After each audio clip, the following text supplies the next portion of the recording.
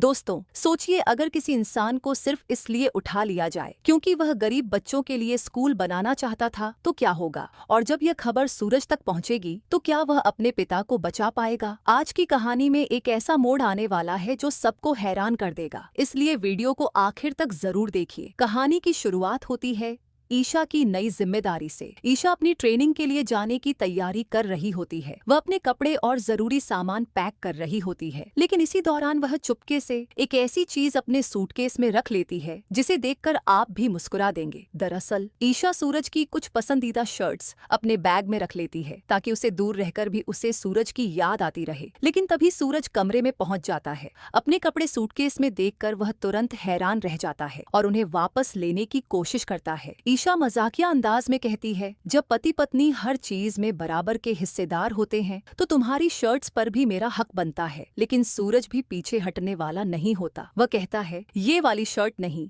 ये मेरी सबसे पसंदीदा शर्ट है, इसे मैं खास मौकों पर पहनता हूँ। बस फिर क्या था। ईशा तुरंत नाराज हो जाती है और दोनों के बीच मजेदार नोक-झोंक शुरू हो जाती है। एक तरफ हल्की फुल्की बहस चल रही होती है तो दूसरी तरफ एक बहुत बड़ी मुसीबत जन्म ले चुकी होती है। उधर सूरज के पापा अपने एक बड़े सपने को पूरा करने के लिए आगे बढ़ते हैं। उनकी इच्छा होती है कि उनकी जमीन पर गरीब और जरूरतमंद बच्चों के लिए एक स्कूल बनाया जाए ताकि उन बच्चों को भी पढ़ने का मौका मिल सके जिन्हें सुविधाएं नहीं मिल पाती। लेकिन जब वह अपनी जमीन पर पहुंचते हैं तो उनके पैरों तले जमीन खिसक जाती है। उन्हें पता चलता है कि उस इलाके के एक प्रभावशाली बिल्डर ने जमीन पर कब्जा कर लिया है। ये देखकर अरविंद जी चुप नहीं बैठते। वह अपने हक के लिए आवाज उठाने का फैसला करते हैं। बिल्डर के ऑफिस के बाहर बैठकर वह विरोध शुरू कर देते हैं और न्याय की मांग करने लगते हैं। शुरुआत में कोई उनकी बात पर ध्यान नहीं देता, लेकिन जैसे जैसे उनका विरोध बढ़ता है कुछ लोगों की बेचैनी भी बढ़ने लगती है। और फिर कहानी में आता है सबसे खतरनाक मोड़।